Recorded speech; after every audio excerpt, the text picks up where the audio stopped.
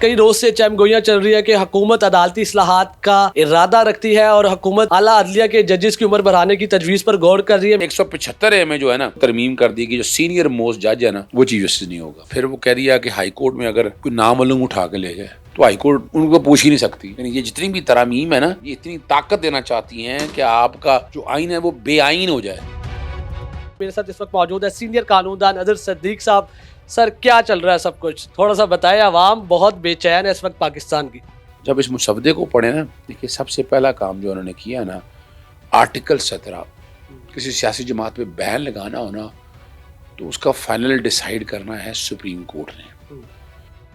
इन्होंने उसकी जगह पर यह डाल दिया कि फेडरल कॉन्स्टिट्यूशन कोर्ट, यानी ये कोर्ट बनाएंगे नहीं, सियासी कोर्ट, पसंद की कोर्ट, डिक्टेटरशिप की पैदावार कोर्ट वो होगी, वो बैठ के डिसाइड करेगी।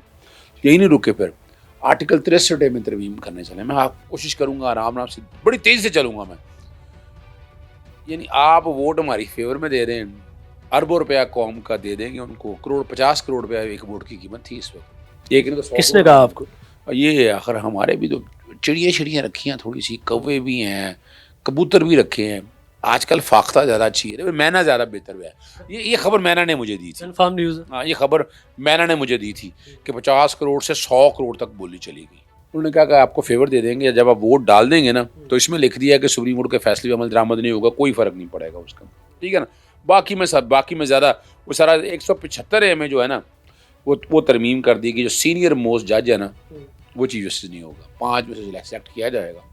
और हाई कोर्ट और फेडरल से कॉन्स्टिट्यूशरियत कोर्ट जो है ना वो कमीशन इस तरह होगा, पूरा उन्होंने स्केड्यूल बनाकर दे दिया कि जनाब हम इस तरह करेंगे, कॉन्स्टिट्यूशन कोर्ट क्या होगा। यानी बेवकूफ़ बनाने की कोशिश जो करने लगे हैं ना। एक और बड़ी ज़बरदस्त क्या बात की है, और अब वकील जो है ना मेंबर वो बन जाएगा इस सारे कमीशन के कॉन्टेक्स्ट में, यानी जजेस की अपॉइंटमेंट भी अपनी मर्जी में लेनी है। यानी मैं और एक और बड़ी मज़ेदार बात है, ठीक है ना जी, 176 एक आर्टिकल ऐड किया कि फेडरल कॉन्स्टिट्यूशन कोर्ट के जज कैसे लगाएंगे आप, ठीक है। और 177 में तरमीम कर दी। फिर यही मैं बारी बता रहा हूँ चीफ जस्टिस कैसे होगा, एक्टिंग चीफ जस्टिस कैसे होगा। जब मैं देख रहा था ना इस सारे पैकेज को उठाकर, और फिर वो कह रही है कि हाई कोर्ट में अगर कोई नामालूम उठा के ले जाए तो हाई कोर्ट उनको पूछ ही नहीं सकती। फंडामेंटल राइट्स की पंजाबी जई तई फेर देती है ना करके। हाल सबसे बड़ा पॉइंट यही है। वो और क्या यार, ये हकीकत है। फिर उन्होंने बड़ी ज़बरदस्त बात की, आर्टिकल 184 में आके ओरिजिनल जुरिसडिक्शन जो है ना कोर्टों की ओरिजिनल जुरिसडिक्शन का कॉन्सेप्ट उन्होंने एक तरह से ख़त्म कर दिया। होता था सुप्रीम कोर्ट सुगो मोटो नोटिस देती थी, उसका सत्यानाश कर दिया। आगे फिर एपलेट जुरिसडिक्शन बनाने की कोशिश की, फिर 185 को सामने रख के शक्ल, ये सिर्फ ये है एडवाइजरी जुरिसडिक्शन। आर्टिकल 187 जिसका मैं अभी लेके आ रहा हूँ ना कि अभी सुप्रीम कोर्ट का फैसला आया ना कि उस पर अमल दरामद करना है।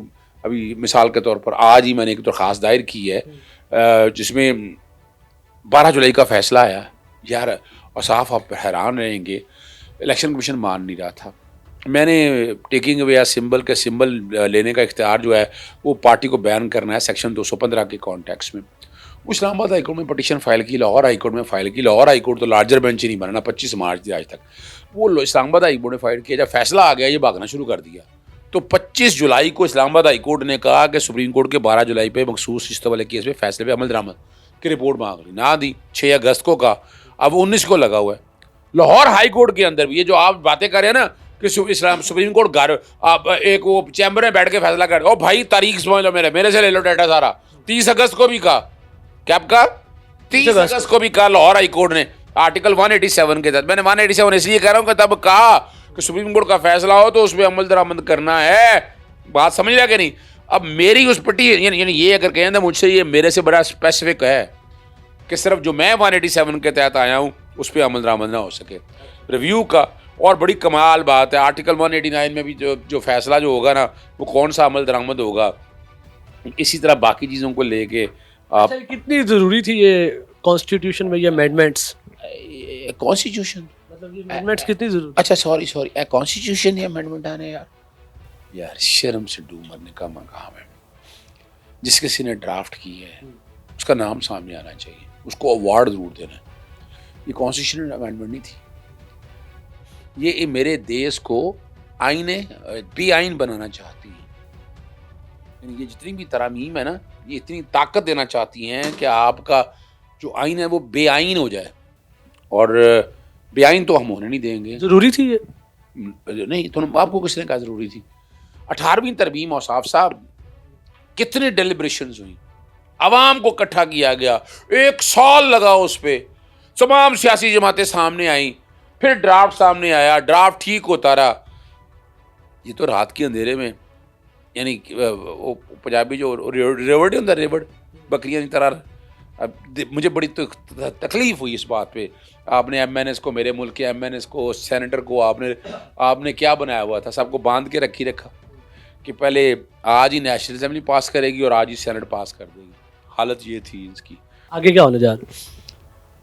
याद है तुम्हें मैंने क्या कहा था? सितंबर घर होगा, सितंबर फैसला कौन होगा, याद? मेरे जेल में बैठी हुई ये बात। देख लो फिर सितंबर में क्या कुछ हो रहा है, और ये सितंबर फैसला कौन है। अगली खबर दे दूं? बहुत वो जिन्नी की नौकरी सी ना उन्होंने मुक गई है। शहबाज शरीफ की नौकरी जितनी थी वो रिवर्स गियर लगना शुरू। खान साहब आ रहे हैं फिर?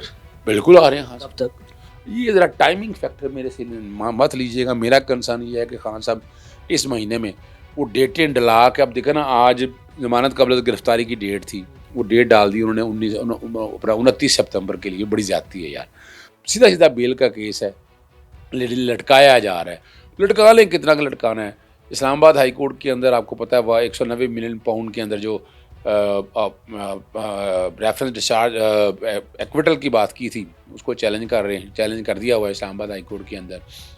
और तोशा खाना वाला जो मामला है, जो FIA के जुरिसडिक्शन में आया है, वो भी चैलेंज कर दिया गया है। इमरान खान बहुत करीब हैं, अब जो कि वज़ीर-ए-आज़म के कैंडिडेट हो नहीं सकते अभी, पहले असेंबली का इलेक्शन लड़ना होगा, असेंबली का इलेक्शन लड़े जाएंगे तो उसके बाद बन सकते, वज़ीर तो बन सकते हैं आज भी बग़ैर किसी कॉन्टेक्स्ट के हवाले से ना। अगर टारगेटेड एजेंडा देखें, ये कैलकुलेटेड अगर बातें करें, इमरान खान साहब सितंबर या अक्टूबर में आ जाते हैं बाय, तो फिर यकीनन इंशाल्लाह नवंबर तक इस मुल्क के हालात होंगे, हमारी हुकूमत होगी या नए इलेक्शन की तरफ बातें जाएंगी।